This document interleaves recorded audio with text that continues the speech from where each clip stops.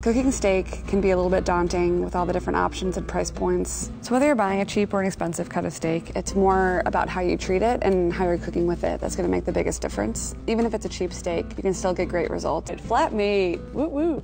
Not the sexiest name. This is similar to skirt steak or flank, but as those have become more popular, they're a little bit more expensive in the grocery stores now, so flap is a great option. It's a little bit different, as you can see. The texture is quite loose. That can be really great because it soaks up marinades really, really well. This one would work great for a marinade since it's going to take on so much flavor and all those little crevices. You don't have to do anything crazy, but adding just a little bit of low-sodium soy sauce, some fresh ground black pepper, and a few crushed cloves of garlic would be a great, simple marinade you can throw together really easily. I'm going to crack it open a little bit and just help the flavor release without having to do a lot of chopping or mincing. And you can let this sit in the marinade for anywhere from 30 minutes to overnight. And before you cook, you want to make sure that you dry off the marinade and get as much of it off as you can. If there's too much moisture left, the meat is going to steam when you put it on the hot skillet instead of getting a nice crispy crust. You can use any type of cooking oil, ideally something with a high smoke point. Once you're sure that your skillet and your oil are preheated, you can go ahead and carefully layer your steak in. Especially if you're new to cooking steak and you're not as comfortable just feeling the meat to see if it's done, it's always a good idea to have a kitchen thermometer on hand. The most foolproof way is to use a thermometer poking right into the center of the steak, which is going to be the coolest part. For a medium rare steak, you want to serve it at 135 degrees Fahrenheit, but you can take it off a few degrees earlier because it's going to carry over cooking slightly.